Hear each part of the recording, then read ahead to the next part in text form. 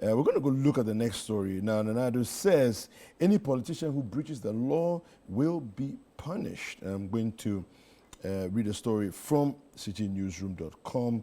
It says here, any politician who breaches the law will be punished. The story, I'll just read portions of it here. It says that the President Nana Akufo-Addo has pledged to ensure that any political party or presidential candidate who breaches the law ahead of the December elections face the appropriate consequences. Speaking at the commissioning of the Law House in Accra on Monday, June 10th, President Akufo-Addo assured that his administration will not tolerate any illegal violations by political parties or presidential candidates. He reaffirmed his commitment to upholding the rule of law and maintaining order in Ghana, especially as the country approaches the December polls. Now, let me also read here on ChannelOneNews.com. It says, I won't set aside due process to fight corruption. President Nana-Addo Dankwa Akufo-Addo has once again dismissed accusations of being a clearing agent in response to allegations of corruption against some of his appointees.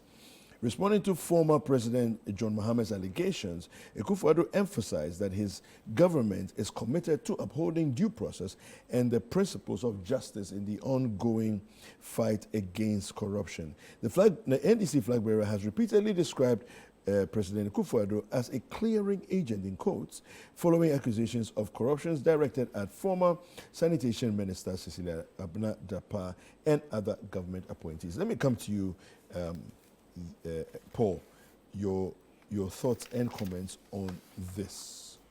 Okay, so I think it dovetails from yes, to what we were discussing earlier. Yes. I mean, I am all for rule of law. I am all for due process. Due process in the sense that whoever is alleged to be guilty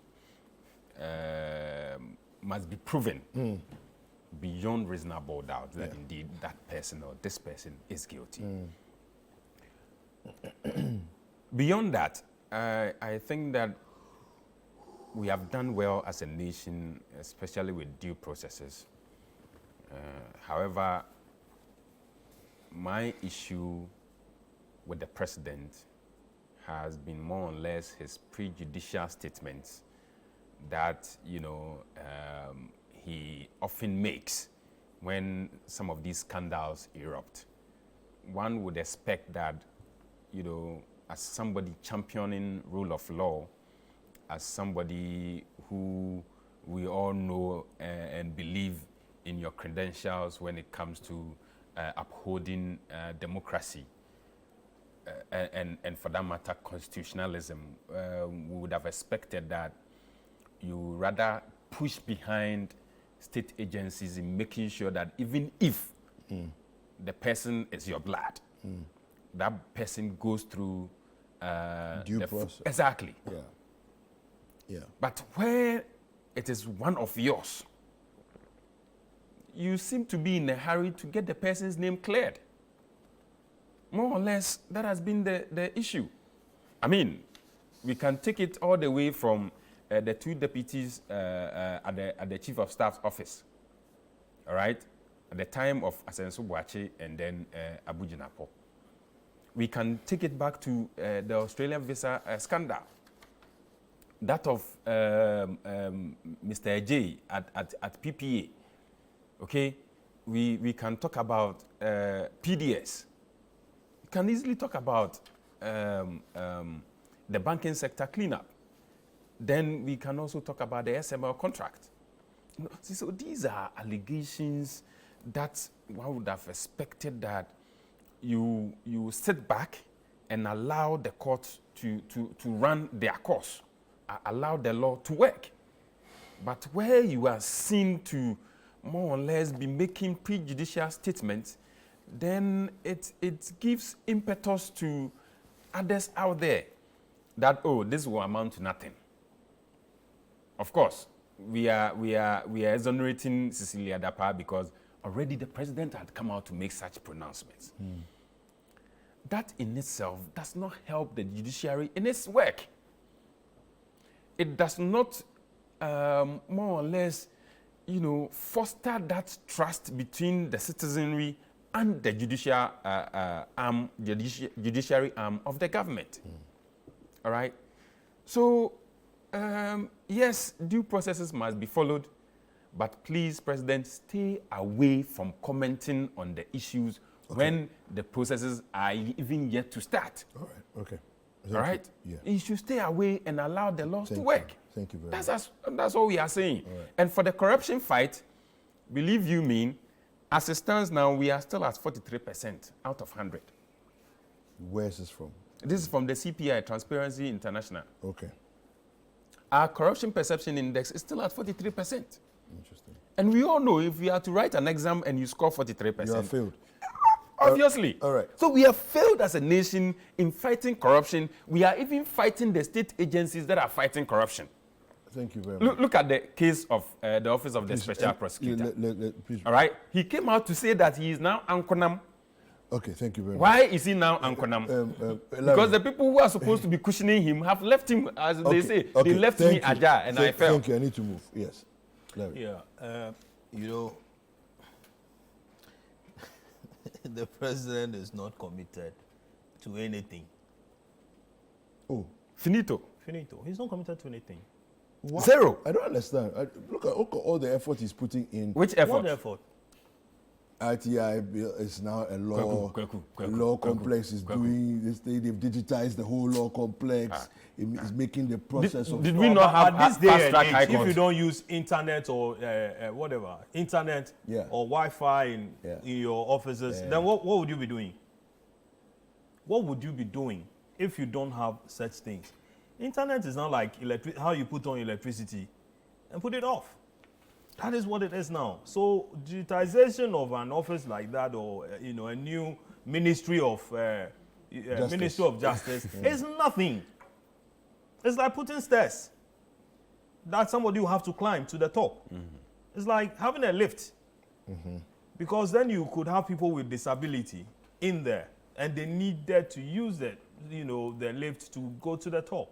So it's nothing. Signing a law, you see, you can sign whatever law there is. But there are people who didn't sign. Is that? So it's a big deal. No, but then it's one thing. There are people who could have signed. They didn't sign. But then it's one thing signing, What and has it's been one the thing putting it in implementing operation. strategy of the government so far? It's one thing signing, and it's another putting it in operation. So it's as good as nothing when you sign it and you don't use it or you don't operationalize it. But we've had over 1,000 requests, and almost like more than 800 or so of them have been granted. For the RTI? Yes. No, nobody is disputing the Yeah. RTI. So He it's signed working. it. Kweku. We applaud him for that. Are you listening? All right. I'm listening to you. You see, we can have 1 million requests. And the president says, put the request in by my signing. Listen, put it in, I've signed it. And then the people want to operationalize it. Yeah. And you don't, you are not ready to. Okay. And the president even demonstrated that when the Fourth Fourth Estate and then the media people, West Africa Media Foundation. Yeah. requested for that particular document. And The it chief took of staff them- wrote to them. It took months. It- Where was it the cannot president give when out that that letter was statement. being written? Or the Thank people you. just decided that they were going to write it because they thought that is how the president's mind operates. No, Larry, you remember, Okay. there were portions of it that were released. Yes. And so the chief of staff came out to say that by virtue of the release of those portions, It's it is enough for the general public to consume and munch on. But the real report cannot be disclosed Then because of security then reasons, months later or ABC. weeks later, then you come and said, okay, munje. Listen, your conduct negated whatever thing you had appended your signature to. Right. Okay? Completely defeats it. But it doesn't even end there. Years ago, before he declared, I am not corruptible. I'm not, I'm incorruptible. And then, and it became an accolade where you hear some of, his communicators say, incorruptible Akufo-Addo, yes, incorruptible so and so. Before we got there, the president was working with these CSOs. and boldly even declared to us that he was going to use the Anas principle to fight corruption. Right. Today, where is Anas? Anas, I remember Anas. And where are his principles? Want to make us? Are you asking me? That's the president. More or less a rhetorical question. That's Listen, Anas's lawyer, Yeah. Kissie Jabin. Yeah. Kissie Jabin, they practically forced the guy to become what? To become the special prosecutor. Yeah. Kissie was doing well in private practice. Okay? And his best of friends was Gabi Asaro Chirakun. Today, ask the status of that relationship. Ask Kissie's, mindset in that office called special prosecutor. He's Ankonam. He comes to tell us that, listen, says yeah, me Ankonam Buafo. Obiamba, Minkwana Menam. Whether he's walking in the middle of the road or wherever he is, he could be cleared at any time. Recently, we dealt with a petition for his removal. Right. And as soon as the petition got to the president's office, quickly it was dispatched to the chief of staff. Sorry, the chief justice. CJ. Other documents, similar petitions had gone for the removal of one, appointee of the president or the other. He never took any action on it. Yeah. But this one, quickly, he's taking action. Swift, like a speed of light. That is the man we are dealing with. And like Paul asked, can the president still boldly mount a platform and say that, listen, I am incorruptible? He says, I am committed to fight corruption. No, but before you get committed, you yourself, you need to demonstrate that you are clean. Where is the commitment? Because he who seeks where is the commitment? That's what I'm interested in. He who seeks equity, come in with clean hands. You don't have your hands soiled with Jomi. Do you understand? I mean, 4 months. The other day he was saying that he was going to get the those who killed the Jirapa Dubai guy arrested, and then somebody asked, what happened to Ahmed Swale? What happened to JB Dankwa? Right. What happened to who? And it goes on and on and on and on and on and on. Okay, like I'm saying, the CSOs that he had to dealt with, or who virtually campaigned for him, the Imanis, the Occupy Ghana, the so and so. Today, does he listen to them anymore? He doesn't. He doesn't listen to anybody. So you can't be talking about you being committed to a corruption fight at this stage. What time is it for him to leave office? A few months. How many weeks does he have? He has 7 months. To 6.5 months. And you think he can do something for the 6 years or 7 years plus? He hasn't done jack, and you think he can do something now? I don't think it's fair to the president to say he hasn't done jack. What hasn't done? Let me tell you, listen to me. Opuni, for the last 7 years plus, he's been in court. On trial. Yeah. Every day he goes, and there's a bone surgeon. He doesn't work anymore.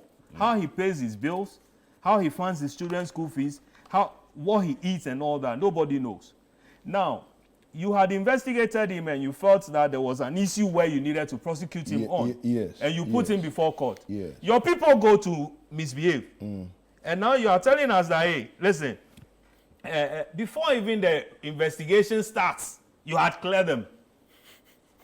Before even the institutions think as to what to do, you've already talked as to how to clear them. The anchor says, you don't want me to talk. Fighting corruption has been the cornerstone of my administration. Debunk that one. Who made Nanadu says it. Let's be serious. Let's be serious. But we're being serious. Let's be serious. Where is the seriousness in fight? Where is the political will? Yes, he set up the office of the special prosecutor. Whoever wrote this statement for the president, this is just pure mischief. Listen, how is it mischief? Speaking at the commissioning of the Law House, an edifice to house the Ministry of Justice and Attorney General and state attorneys in Accra yesterday, Monday, the 10th of June, President Akufo-Addo mentioned the passage of the Right to Information Act. CSO. You see that's what I've been talking about. You see what I've been saying? Adam Bona. Adam Bona, and then some, I think the former Auditor General, Domelevo, and some other, institutions have said that, listen, even the Iyoko should be investigated in the clearing of Cecilia Dapa. And then I think yesterday I read somewhere that Adam Bona is saying that Tiwa had told him that if she were to be the CID boss at the time when the Cecilia Dapa came up, she would have dismissed the matter straight up. Now, then the same Tiwa is now the head of Iyoko. Okay? And then that same investigation comes before her. And indeed, within days. Indeed. It says it's an incompetent matter. She and then the Attorney General are fighting the OSP. OSP says, listen, I've given every document to them. So, no, you haven't given us everything. But the little you have given us, Krano, there's no need.